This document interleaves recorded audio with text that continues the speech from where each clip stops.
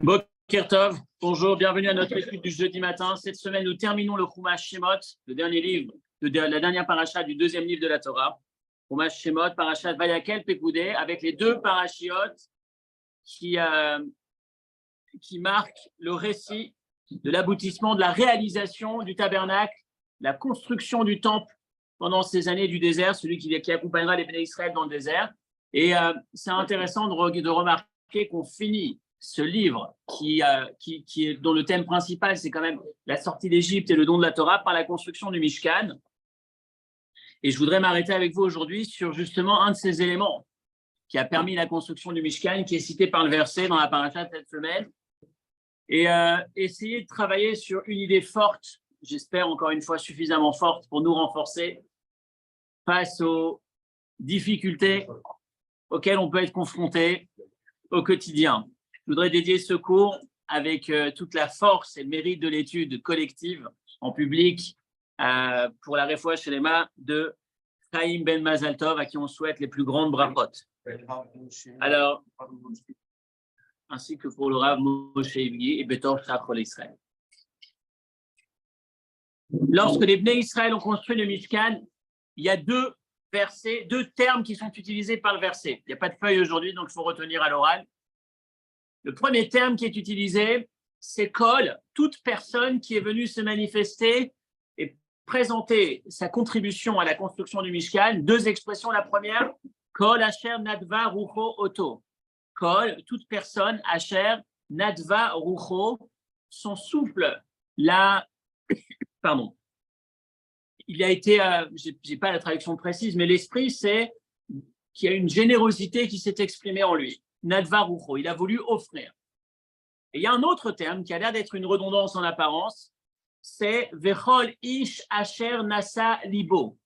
Kol Ish, tout homme dont le souffle, dont le cœur l'a élevé. Asher Nasa Libo, le cœur l'a élevé. Deux expressions pour parler du même phénomène, l'intervention, l'implication des Bnei Israël, du peuple juif, pour la construction du Mishkan. D'où la question, pourquoi ces deux expressions, quelle est la particularité de la répétition de ces deux formes utilisées par le verset? Et on va s'arrêter principalement aujourd'hui sur l'une d'entre elles, qui va être la clé de notre réflexion, Nesao Libo. Qu'est-ce que ça veut dire, Nesao Libo?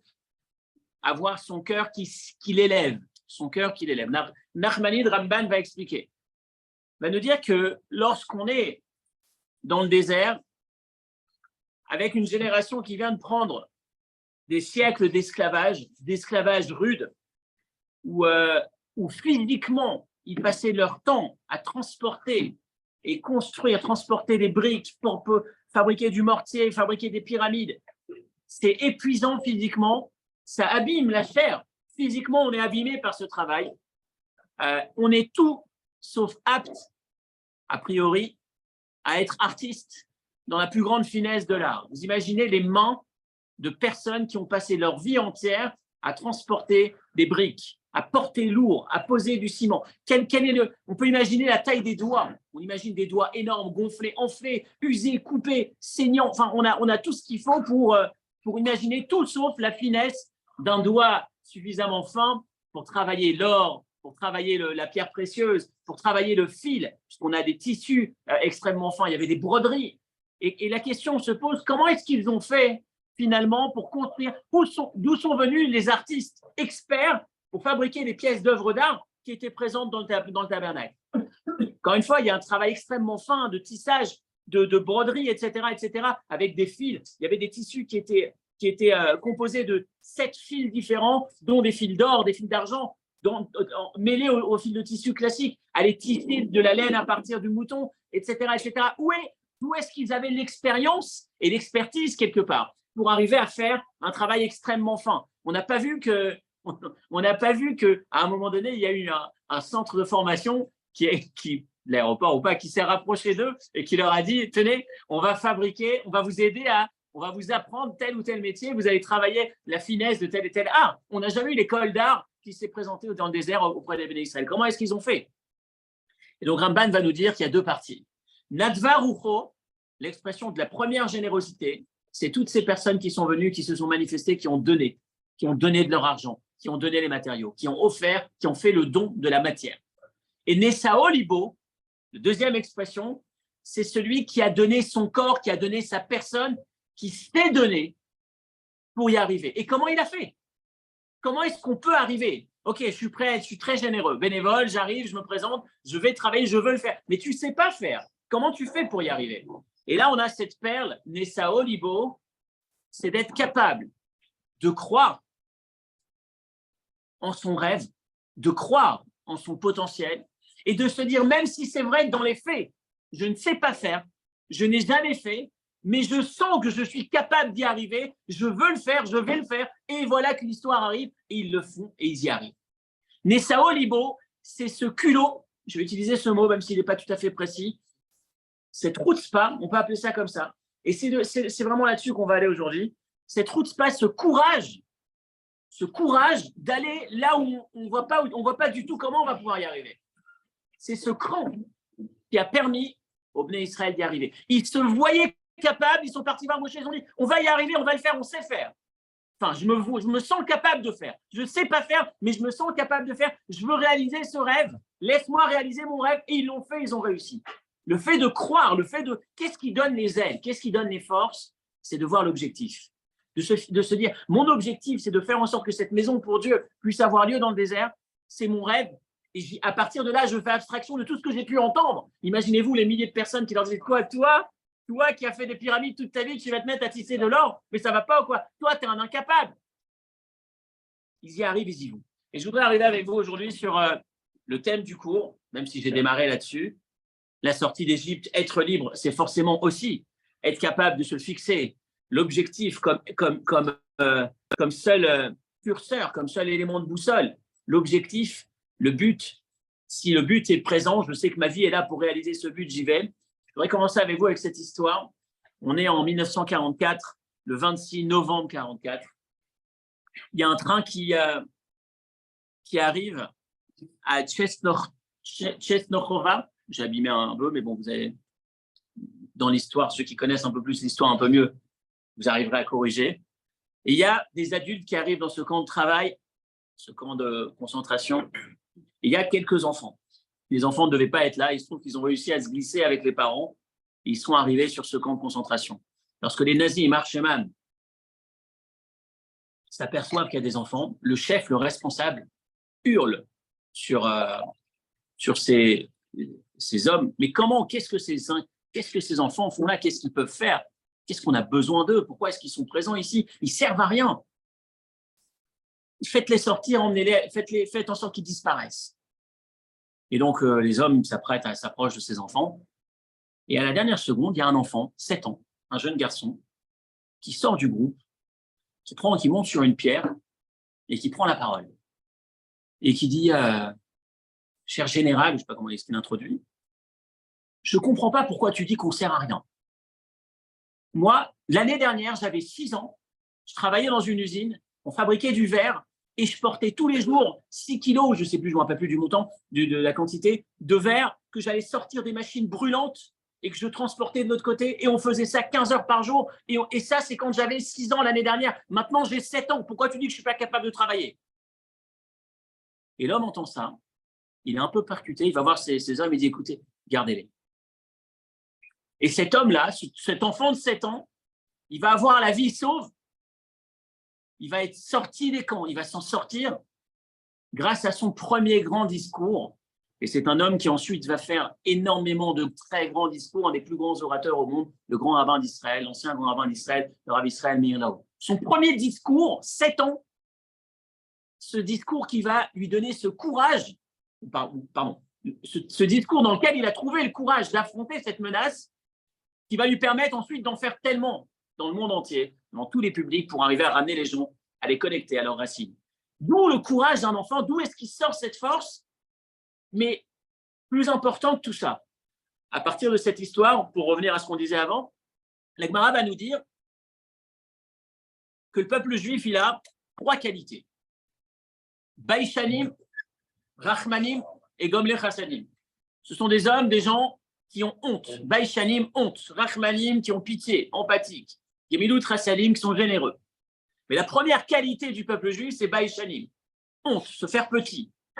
Et on a une autre Gemara qui va nous dire dans Betzal, dans le traité Betzal, à la page 25, la Gemara va nous dire que la Torah n'a été donnée au peuple juif que parce qu'ils avaient Azout Panim, ce culot, cette chutzpah. Et là, on arrive devant ce dilemme. Quelle est la qualité du peuple juif? Baïchanim, avoir honte, se faire petit, ou alors Azout Panim, ce culot, ce courage, cette chutzpah. Qu'est-ce qu'on attend? D'abord, est-ce que ce sont deux qualités qui peuvent être compatibles? Comment est-ce qu'on peut avoir sur la même personne ces deux qualités présentes? Et moi, on va dire que lorsque le peuple juif a été sorti d'Égypte, Ozi vezimratka, on dit tous les jours dans la prière, Ozi vezimratka, Ozi, c'est mon culot, mon courage qui a fait que on a pu sortir d'Égypte. Parce que Dieu n'a donné la Torah au peuple juif que parce qu'ils sont ce peuple qui a ce culot. Et donc, c'est par ce culot qu'on est sorti d'Égypte pour recevoir la Torah. Donc, on a reçu la Torah et on a été sorti d'Égypte parce qu'on a ce culot. Et Azout Panim, parce qu'on est un peuple qui a cette qualité qui s'appelle Azout Panim, la chutzpah, la Gemara, Betzar, Resh Lakish.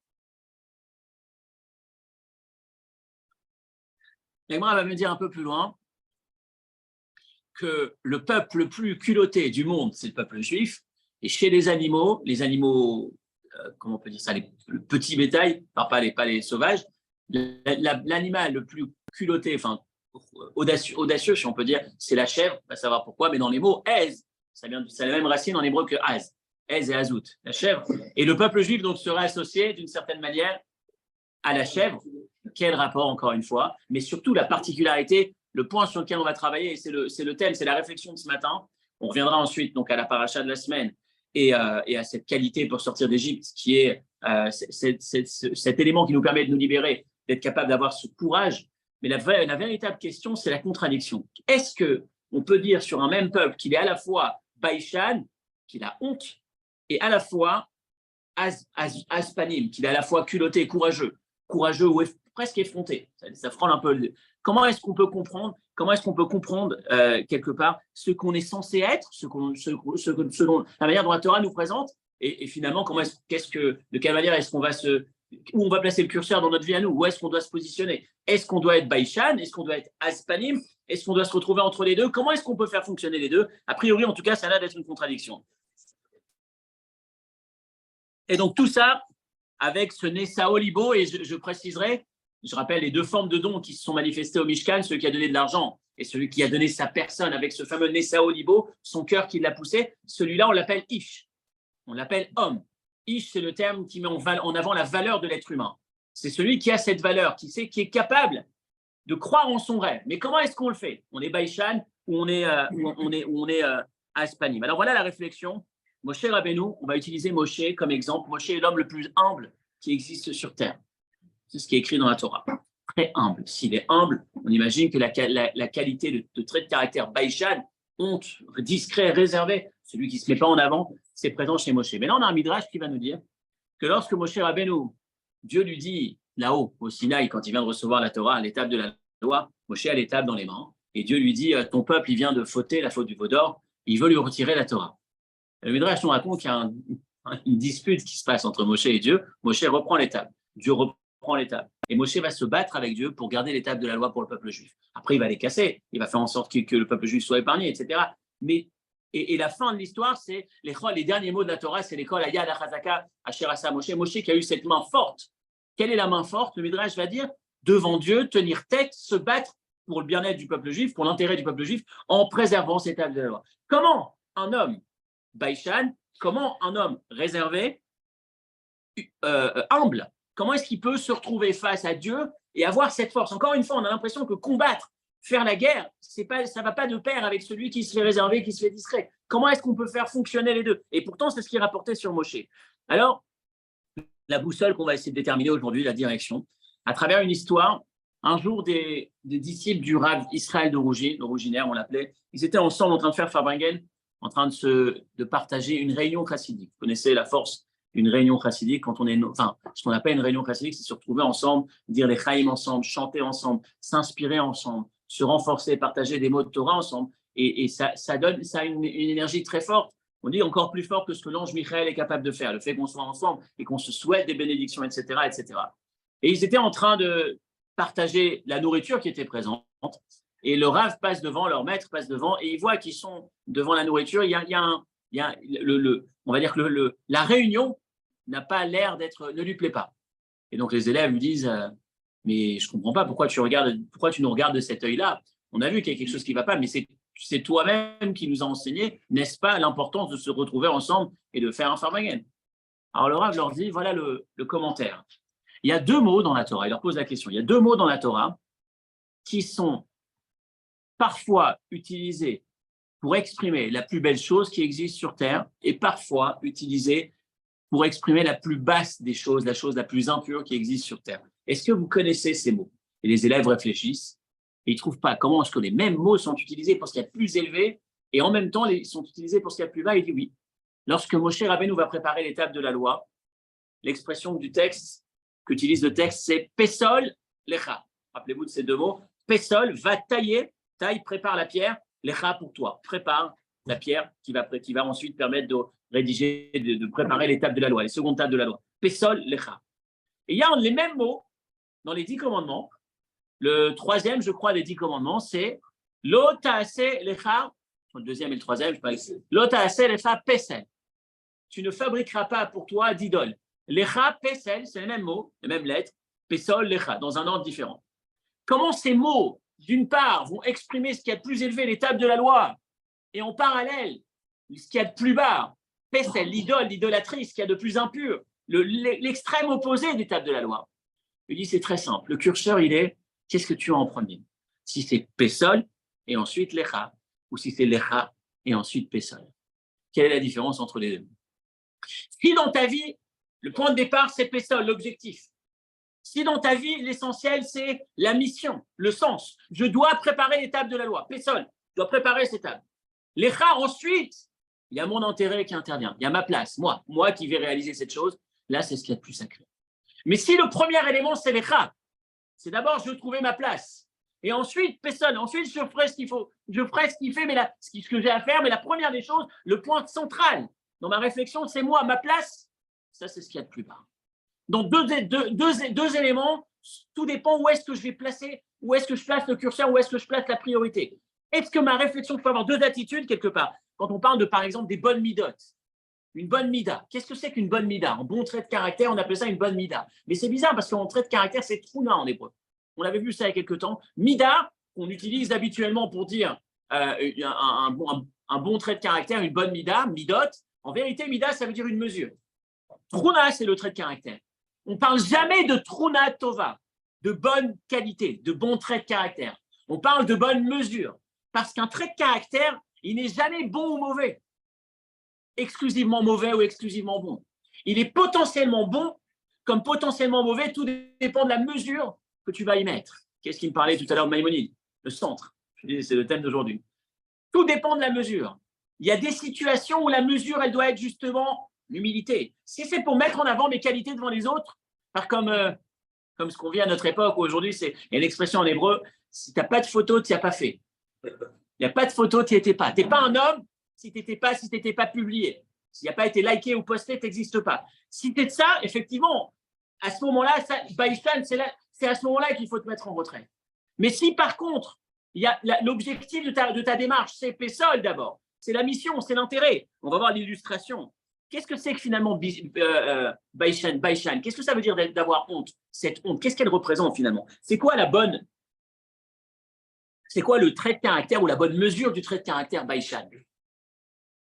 Baishan, ça ne veut pas dire ne pas connaître sa valeur, avoir une mauvaise estime de soi. C'est pas ça, Baishan. Rappelez-vous, on a parlé de l'humilité dans le passé. L'humilité, c'est pas ne pas connaître sa valeur. Si je ne connais pas ma valeur, si je ne suis pas conscient de ma valeur, il y a une chose simple à faire, c'est d'aller apprendre la valeur que je représente, d'aller découvrir que Dieu, sur terre, il a choisi de te donner la vie. Il t'a choisi ce matin, il a choisi de te réveiller, que tu te réveilles ce matin, parce qu'il estime que tu as un rôle indispensable à jouer sur terre.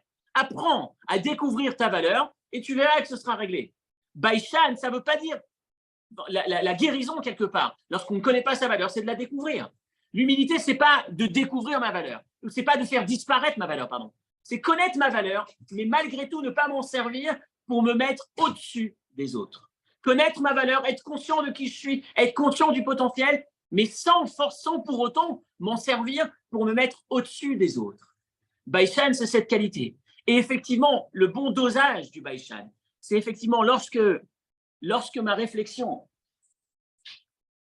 c'est le point de départ, c'est Pessol.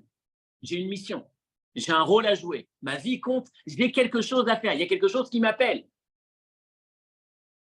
Pour réaliser cette mission, je vais utiliser le bon outil. Et s'il faut montrer de la fermeté, Moshe Rabbeinu, qui est l'homme le plus humble, mais à un moment donné, Dieu menace de retirer l'étape de la loi. Et retirer l'étape de la loi, ce serait impacter la mission de Moshe. Moshe qui est censé protéger, préserver les intérêts du peuple juif. Alors là, il y va, il se bat avec toute sa force. Ce n'est pas incompatible. Parce que ce qui compte pour lui, la boussole, si on peut dire, le point par lequel il est orienté, Moshe Rabbeinu, c'est quelle est ma mission, quelle est la fonction que je suis censé remplir à cet instant. Si cette fonction exige de moi de montrer de la force, de la fermeté, je suis là. Si la fonction ne l'exige pas, à ce moment-là, je reste dans cette posture humilité. L'exemple même de tout ça, c'est le fameux Yehuda. Yehuda qui va devenir le grand-père, l'ancêtre du royaume d'Israël, de la royauté en Israël.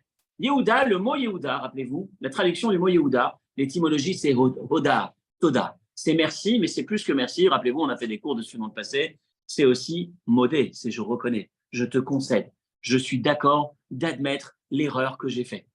Yehuda, c'est celui qui va dire à Tamar, lorsque Tamar va se prostituer et que finalement elle va le faire tomber entre guillemets, d'une certaine manière, il va se retrouver confronté à une situation dans laquelle il est dans un sens piégé et qu'à la fin il aurait pu se débarrasser de l'affaire dans la discrétion absolue, elle était en train d'être éliminée, etc.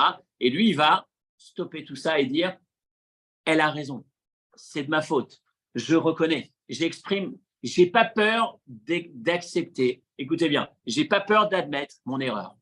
L'humilité. Mais ce même Yehuda, Vaïgash Elav Yehuda, très intéressant, écoutez ce verset. Yehuda arrive devant Yosef, on ne sait pas qu'il est Yosef. Yosef, c'est le vice-roi d'Égypte. Et qu'est-ce qui s'est passé? Binyamin, rappelez-vous, Binyamin, qui a dû voir le vice-roi d'Égypte sur la demande, l'exigence absolue du vice-roi d'Égypte, il fallait lui emmener Binyamin. Binyamin arrive, on a volé la coupe du roi, du vice-roi, on ne sait pas où elle est. Yosef envoie effectivement ses gardes pour aller chercher, poursuivre ces gens, ses frères. Et on cherche partout et on découvre que la coupe est dans le sac de Binyamin. C'est lui qui l'avait fait mettre.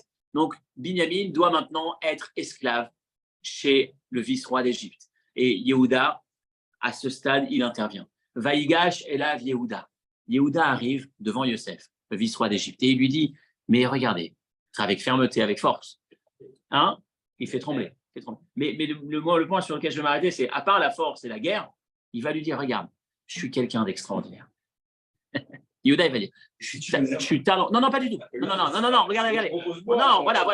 Il va dire, je suis talentueux, je suis compétent, je suis fort, je suis efficace, je suis intelligent, beaucoup plus que Binyamin.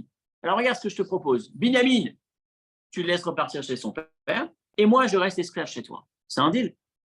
Maintenant, je m'arrête un instant. Un homme qui vient et qui vous dit, qui énumère son CV en l'amplifiant. Regarde qui je suis. J'ai cette qualité. Est-ce qu'on peut appeler cet homme-là un homme humble? A priori, non. Il est tout sauf humble. Et pourtant, Yehuda, qui est le Hoda, qui est l'humilité, qui est justement cette reconnaissance qui est censée être la Baïchan, l'humilité, il y va, il se la raconte d'une certaine manière. Comment est-ce que c'est compatible? Et la réponse est, à ce stade-là, Yehuda, qu'est-ce qu'il est censé faire? Obtenir que son frère puisse revenir chez son père. L'objectif, la mission, quelle est ma mission? Quel est mon rôle à cet instant? C'est faire en sorte que Binyamin soit sauvé et ne reste pas chez le vice-roi d'Égypte esclave. Dans ces conditions, mettre en avant mes qualités, ce n'est pas un problème, au contraire. Ça sert le sens, l'objectif pour lequel je suis là. Je suis là pour permettre à cet enfant d'être sauvé. À ce moment-là, je suis présent, j'y vais. Maintenant, est-ce que ça veut dire que quand je suis avec des amis, je vais mettre en avant, je vais me la raconter, je vais mettre en avant mes qualités? Non. L'humilité, le baïchanout, le faire fonctionner ces deux traits de caractère en même temps, c'est la fameuse mida, la mesure. Tout est question de mesure. Il y a certains moments où je dois faire le minimum, où je dois en parler le moins de moi. Et il y a certains moments où je dois mettre le paquet sur moi. Si en mettant en avant mes qualités, ça permet de sauver un enfant juif, ça permet de sauver mon père de son deuil, de son drame, de voir son petit dernier a encore à nouveau enlevé et on ne sait pas ce qu'il devient. Là, j'y vais, je mets en avant toutes mes qualités. Et c'est pas contradictoire. Pessol, lecha. Si on commence par Pessol, si l'objectif c'est Pessol, alors il n'y a aucun problème. Mais si la démarche c'est lecha, qu'est-ce que je vais gagner de là?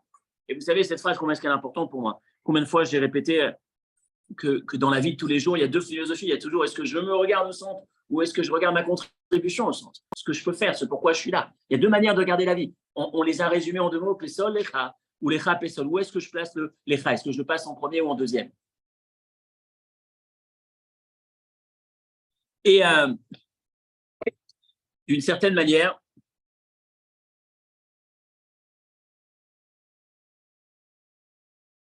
on peut utiliser ce commentaire, cette approche dans nos vies de tous les jours. Combien d'entre nous, soit nous-mêmes ou soit autour de nous, avons un jour été cassés par une phrase qui détruit? Combien de fois on a des adultes, vous savez qu'en ce moment je travaille sur le projet de l'école, c'est pas un secret, maintenant on travaille sur le fond du projet, la spécificité de l'école, le plus, la qualité qu'on va pouvoir donner, le plus qu'on trouve peut-être un peu moins ailleurs. Et quand j'interroge, en ce moment j'interroge, j'essaie de bâtir la chose, le projet, et je m'aperçois que combien de fois, sans jugement aucun, il y a des circonstances qui ont peut-être fait que un chef d'établissement va dire à un enfant ou à un parent devant l'enfant, vous savez, on s'est trompé, on n'aurait pas dû prendre votre enfant, c'est un enfant à problème. C'est une maman qui m'a dit, avant-hier, j'ai été inscrire mon fils en maternelle et je reviens, donc elle revient à la crèche avec le psy. Et je lui dis, mais pourquoi vous avez pris le psy pour inscrire le psy à la maternelle? Il aurait pu venir à la crèche, vous allez faire remplir l'inscription. Il dit, non, il doit être présent au rendez-vous d'inscription. Et je lui dis, qu'est-ce qu'ils vont voir avec un petit garçon de 3 ans au rendez-vous? Et en rigolant, je me dis, c'est s'il bouge trop dans le bureau, on se dit, ah désolé, on n'a plus de place. Mais malheureusement, combien de fois un enfant va vivre à 40, 50, 60 ans, il n'est plus maintenant enfant, mais il vit tous les jours de sa vie impacté par cette phrase qu'il a entendue plus jeune, qui est restée. Ça peut être un enseignant, ça peut être un parent. Tu me fatigues. Pourquoi tu es bête comme ça? Quand est-ce que tu vas enfin comprendre quelque chose dans ta vie? Tu ne sers à rien. Toutes ces phrases qui, malheureusement, encore une fois, sans jugement sur la personne qui l'a mise, c'était pas voulu, la personne ne voulait pas faire de mal. Mais ce qui se passe à un moment donné, c'est que l'adulte transporte avec lui cette phrase et chaque jour, il se lève un peu lourd. Et il y a des jours où il va se dire, si seulement je n'avais pas eu ça, j'aurais pu réaliser. J'aurais pu être quelqu'un d'autre si je n'avais pas eu ça. Et l'invitation de la paracha de la semaine, c'est de se dire, Nesao Olibo, n'écoute pas cette voix. N'attends pas que les conditions changent pour que tu puisses changer. N'attends pas que le changement vienne de l'extérieur. Rappelle-toi que peu importe ce que tu as pu entendre, écoute autre chose que cette voix. Écoute-toi, écoute ta voix intérieure, écoute ton rêve d'une certaine manière. Et vas-y. Arrête d'attendre que le changement vienne d'ailleurs. Ne te laisse pas abattu quelque part. Ne sois pas abattu, ne sois pas totalement cassé. Ne te laisse pas écraser par des circonstances extérieures. Ces Juifs qui étaient dans le désert et qui vont construire le Mishkan, ils n'avaient aucune chance de pouvoir y arriver en apparence, aucune formation, grossis, cassés, fatigués par des siècles d'esclavage, et pourtant, Nesao Libo, ils sont ces hommes qui se sont présentés et qui ont dit simplement, lorsqu'il s'agit de faire quelque chose qui compte pour nous, lorsque l'objectif est présent, lorsque l'objectif Pessol, lorsqu'aujourd'hui c'est une maison pour deux qu'on va créer, on veut faire cette maison, on pense qu'on peut y arriver, on va se donner la chance et on y arrive. L'idée, c'est ne pas se laisser casser simplement par les circonstances extérieures. N'attends pas que le changement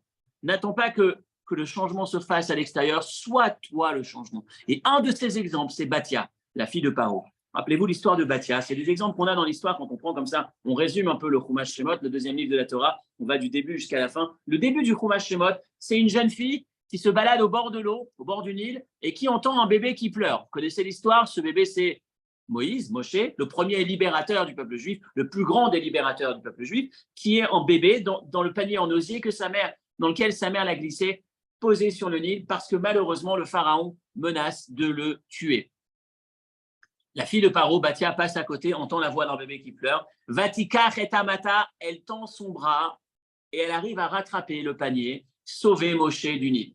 Le problème, selon le Midrash, Tagmara raconte que je pense que tout le monde a déjà entendu cette histoire, c'est que sa main, il y a eu un miracle qui s'est produit à ce moment-là, son bras s'est allongé et elle a réussi à saisir le panier en osier. Alors, le miracle, c'est beau, mais derrière cette histoire de miracle, qu'est-ce qui se cache? Une seconde, cette fille, elle passe devant le panier. Elle voit qu'il est trop loin. Admettons, il est à 5-6 mètres. Son bras, il ne va pas jusqu'à 5-6 mètres. Elle se dit, je tends ma main, à quoi ça sert que tu tends ta main? Pourquoi tu tends ta main? Quel est l'objectif?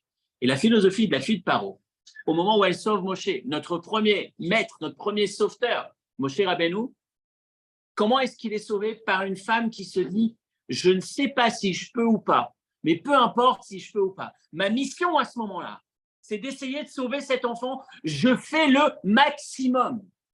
Je tente, je fais le maximum. Et le miracle a lieu après. Ce qui m'intéresse dans cette démarche, ce n'est pas tant le miracle qui arrive après. C'est surtout la démarche de cette femme qui se dit, je sais que c'est là l'opportunité, le sens, la mission, l'action qui compte. À ce moment-là, pour moi, dans ma vie, c'est d'essayer de sauver cet enfant. C'est ça mon objectif. Personne. C'est la seule chose qui compte à ce moment-là pour moi. C'est ce que je dois faire. Quel est l'appel du moment? Quel est l'appel? Qu'est-ce que cette situation exige de moi? Elle exige que je fasse le maximum pour essayer d'intervenir. C'est ce courage. Et bizarrement, je ne dirais pas bizarrement, je vais enlever le mot bizarrement, mais si on a un cours que d'hommes, et on a quand même quelques femmes qui nous suivent à distance, je pense, mais cette qualité, cette façon de faire, elle s'est exprimée, elle s'est manifestée à cette époque dans le désert, précisément par les femmes. Les femmes ont été celles qui se sont manifestées, qui ont montré leur capacité à combattre pour le Mishkan. Elles ont montré ce culot, cette chutzpah, ce courage, pour en revenir au Hazout Panim. Elles l'ont montré avec tellement de force. Lorsque les Bnei Israël sont venus et ont dit on va faire le veau d'or, elles se sont battues contre leur mari en disant nous, on ne donnera pas 1 centime pour ce veau d'or. Rappelez-vous l'histoire, Aaron va dire aux Bnei Israël allez chercher les bijoux de vos femmes et ils sont venus avec leurs propres bijoux. Parce que les femmes, toutes les femmes, ont refusé de contribuer au veau d'or. Rappelez-vous que le seul qui s'est opposé au veau d'or comme homme s'appelle Chou, il a été exécuté sur le champ. C'était le personnage numéro 3 dans la hiérarchie du peuple juif. Il y avait Moshe, Aaron et Chou. Quand Moshe est monté, il a laissé le peuple juif avec Aaron et Chou. Et Chou, le fils de Myriam. Fils de Myriam. Ouais, il me semble. Et Chou va s'opposer au veau d'or, ils vont le tuer. Toutes les femmes se sont opposées au veau d'or. Donc elles sont parties avec une force, avec un courage pour s'opposer. Ces mêmes femmes, lorsqu'il s'agit de construire le Mishkan, elles sont les premières à tout donner. Donc quand il s'agit de faire le veau d'or, elles vont combattre au péril de leur vie presque, en tout cas en étant menacées, pour empêcher ce veau d'or. Mais quand il s'agit de construire une demeure pour Dieu, elles sont là les premières à s'investir et à faire investir leur mari. Encore une fois, c'est l'expression de ces femmes qui expriment exactement cette azout, ce culot bien placé, le curseur bien placé, je répète, sans que ce soit incompatible, sans que ce soit une contradiction de Baïchan. Ces deux qualités, cet équilibre qu'on se doit d'avoir, qu'on doit essayer d'avoir finalement, c'est d'arriver à être capable d'avoir à certains moments Baïchanot. Lorsque c'est nécessaire en rien, il n'y a aucun intérêt de me mettre en avant. Mais lorsqu'il y a besoin de se mettre en avant parce que c'est nécessaire, parce que c'est pour empêcher le veau d'or ou parce que c'est pour construire une demeure pour Dieu, elles sont là. Et regardez la phrase que la paracha de cette semaine va nous dire, les femmes ont tissé la laine à partir de la chèvre, sur la chèvre de son vivant, accrochée à la chèvre. Très bizarre, mais c'est ce qui est dit dans la paracha de la semaine. Les femmes sont venues tavou et taïzim, elles sont parties tisser, préparer la laine, préparer le tissu à partir de la laine avant qu'elle soit tondue.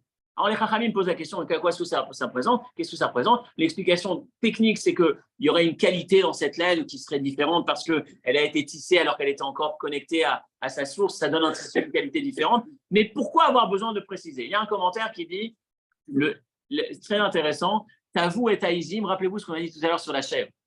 La chèvre, c'est le symbole de ce culot, de ce courage. Ez, Azout, c'est bizarre, mais en tout cas dans les mots, ça marche. Ez et Azout. Les femmes sont en train de dire, vous voulez savoir d'où provient notre capacité à construire ce Mishkan? Depuis la chèvre. Tavou et Taïzim, c'est de la chèvre.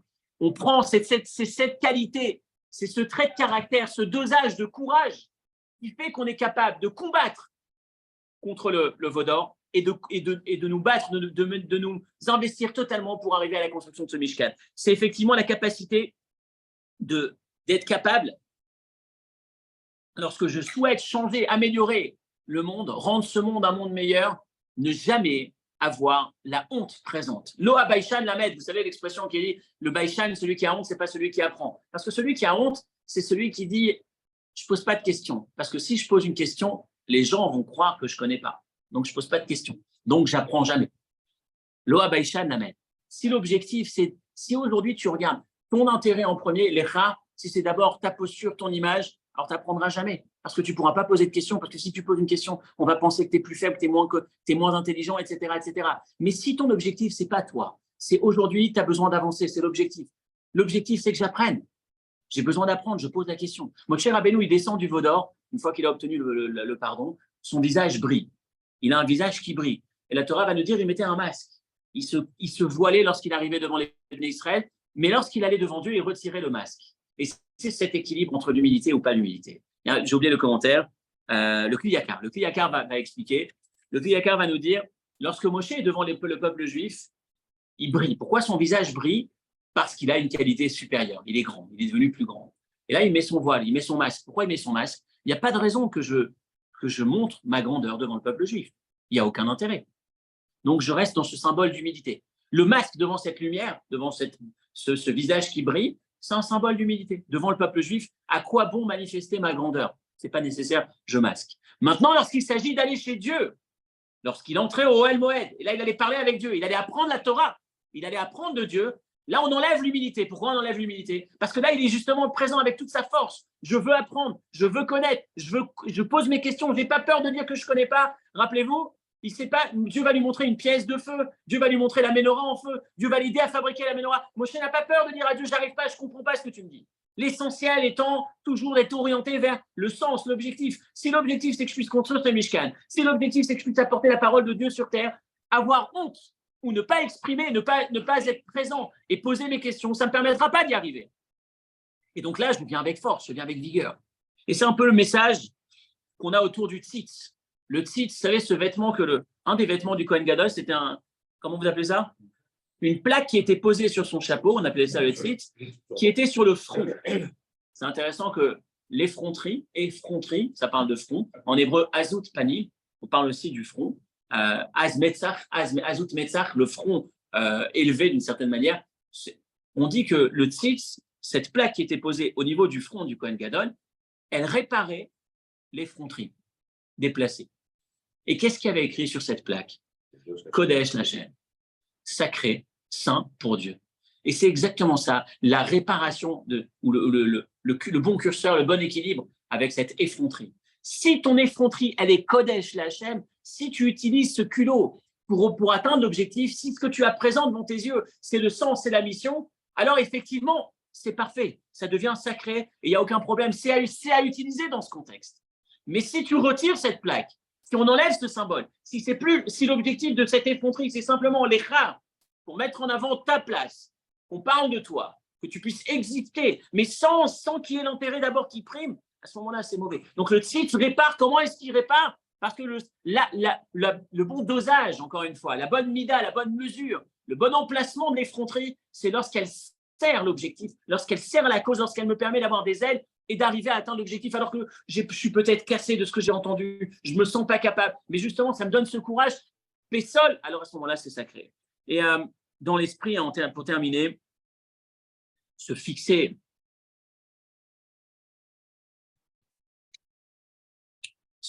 quelque part comme curseur dans la vie. En hébreu, il y a les hitmaser, se donner totalement, ou se dévouer totalement pour la cause. Pour la cause, c'est quoi? C'est simplement le sens, la mission, l'appel qui se présente à moi. Et c'est ce qui va me permettre de savoir à quel moment je mets en avant ce courage ou à quel moment je mets moins. Et cette histoire, ce sera la dernière d'aujourd'hui. Bon, peut-être une autre encore, mais bon, celle qui va sur la conclusion en tout cas. C'était toujours pendant la guerre, à la fin de la guerre, à un moment donné, on cherche à faire sauver des enfants. Il y a le roi d'Angleterre qui accepte qu'on sauve de Hongrie et de Pologne 1000 enfants. Donc, il y a 1000 enfants qui sont sauvés grâce à lui. Il y a 1000 enfants qui arrivent en Angleterre. Et le roi demande à voir ces enfants, un cérémonial avec ordonné, structuré à l'anglaise, bien carré. Tous les enfants reçoivent le mode d'emploi. On ne bouge pas, on reste droit, les mains le long du corps. Il y a des barrières devant, personne ne dépasse les barrières. Et tous les 1000 enfants sont là. Et le roi passe et il présente, il regarde, il savoure quelque part le sauvetage, la grandeur de son action. Et à cet instant, dans les 1000 enfants, il y a un enfant qui bouge, on n'a pas le droit de bouger, qui bouge, qui marche, qui court, qui déplace les barrières. Les policiers lui courent après, il continue et il va jusqu'à devant le roi. Les flics l'attrapent, les policiers l'attrapent, ils veulent le ramener. Et le roi dit non, laissez-le, je veux entendre ce qu'il a à dire. Comment un garçon de 8-9 ans est capable d'enfreindre les règles d'un pays, des protocoles d'un palais, devant le roi, devant une armée, devant des policiers. Qu'est-ce qui se passe dans sa petite tête pour être capable de faire ça? Et le gosse parle au roi. Mais il ne comprend pas, en hongrois. Le roi ne comprend pas. On va chercher un interprète et il demande qu'est-ce que l'enfant est en train de dire.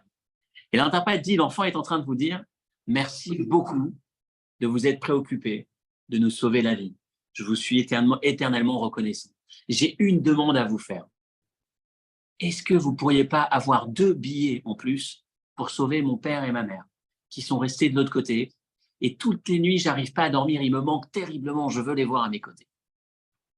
Et le roi, surpris par le culot, le courage, la chutzpah de ce petit garçon, il dit à ses gardes, vous vous débrouillez, dans 48 heures, je vais les avoir ici. Et 2 jours plus tard, ses parents sont arrivés. Celui qui raconte cette histoire, c'est le Rav Asher Weiss, le Rav de la Hédar, du tribunal rabbinique de Jérusalem, la Hédar Haredit. Il avait 96 ans, je ne sais pas s'il est encore là aujourd'hui, 97 ans, il devrait avoir aujourd'hui, c'est sur il y a un an. Et il dit de ces 1000 enfants, il était dedans, il dit de ces 1000 enfants, il n'y a qu'un seul qui a eu ses parents à côté de lui. C'est celui qui a été capable d'exprimer ce courage. Qu'est-ce qui se passe à ce moment-là? Ce culot, cette chutzpah, cette effronterie, tout ce qu'on veut. C'est un enfant qui, à un moment donné, se dit la situation exige. La seule chose qui compte dans ma tête aujourd'hui, même si ma nature, c'est plutôt d'être réservé, même si habituellement, je dois être dans l'humilité, je dois avoir honte et rester petit, mais là, il y a quelque chose qui me dépasse, qui se présente. Il y a la vie de mes parents que je veux sauver. Et ça, c'est ce qui compte le plus à cet instant.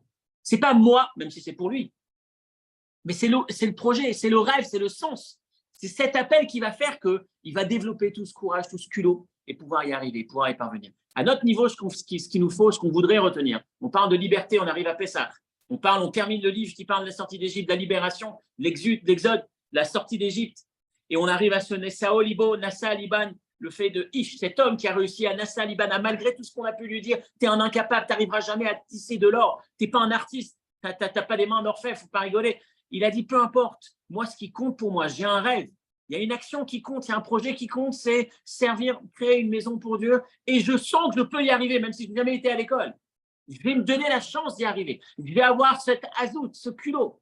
Tout en même temps, en étant capable, comme Yehuda, ce symbole du roi, en étant capable d'être le plus fort à la guerre au culot, de mettre toutes ses qualités en avant pour sauver son petit frère, mais en même temps, d'être capable de dire, oui, je me suis trompé. J'ai suffisamment honte, je suis suffisamment humble pour accepter spontanément. Tu as fait une erreur? Oui, j'ai fait une erreur, je demande pardon, je répare. Parce que ce qui compte pour moi, si ce qui compte pour moi, c'est d'atteindre l'objectif, je vais l'atteindre cet objectif en réparant vite l'erreur que j'ai pu faire sur le chemin. En allant réparer, j'ai pas peur de dire je me suis trompé, j'ai pas peur puisque la seule chose qui compte pour moi, c'est pas le lecha, c'est pas ma place que les gens vont dire sur moi, mais c'est le pessol. C'est l'objectif. Et l'objectif, c'est j'ai fait une erreur, je dois aller quand même sur ce parcours. Je vais réparer et puis je continuerai sur ce parcours. Alors, à notre niveau, on veut être des ish, on veut être des hommes libres, puisqu'on sort d'Égypte, on veut sortir d'Égypte, on veut terminer ce livre justement avec cette grandeur, être cet homme libre qui est capable justement de réaliser sa vie dans la bonne direction. Tout est une question de mida, comme on l'a dit tout à l'heure, tout est une question de quantité, d'équilibre. Alors, peut-être pas complètement au centre. Il y a des situations, pour conclure sur ce thé, il y a des situations où c'est 100% culot. Et il y a des situations où c'est 100% honte ou humilité, discrétion. Quand il s'agit, tout dépend si c'est Pessol ou si c'est Lecha. Qu'est-ce qui est en premier? Et c'est cette recette qu'on peut essayer d'adopter au quotidien, que ce soit avec nos enfants, que ce soit dans nos relations multiples et diverses et variées, mais avec nos enfants en particulier. Quand on a des réactions, on va avoir une réaction, on va avoir une remarque, une critique, un reproche ou un moment éducatif en apparence, se poser la question, est-ce que c'est le Pessol qui me dicte maintenant ce que je vais dire ou est-ce que c'est le Lecha, la remarque que je vais faire à mon fils, le mot que je vais sortir à cet enfant, est-ce que c'est parce que je suis exaspéré, je suis fatigué et il ne fallait pas que tu sois là à ce moment-là, que c'était le truc de trop, ou est-ce que c'est véritablement le mot qui a une démarche éducative qui va l'aider à se construire, qui va l'aider à grandir et qui est nécessaire qu'il soit placé à ce moment-là. Et dans l'ensemble de nos relations, et vis-à-vis d'Akadosh Baruch Hu, dire à Hachem, avec le culot, avec le courage, avec l'audace et l'effronterie maximale, on n'en peut plus, ça suffit, tu nous as fait assez souffrir, on a passé suffisamment de temps dans l'exil, il est temps qu'on se débarrasse de toutes ces épreuves, de toutes ces souffrances, de toutes ces personnes qui passent par des épreuves de santé et que Bezrat Hachem, on puisse vite sortir de cet exil et vivre le Pessah, le vrai, à Jérusalem. Shabbat Shalom et à la semaine prochaine.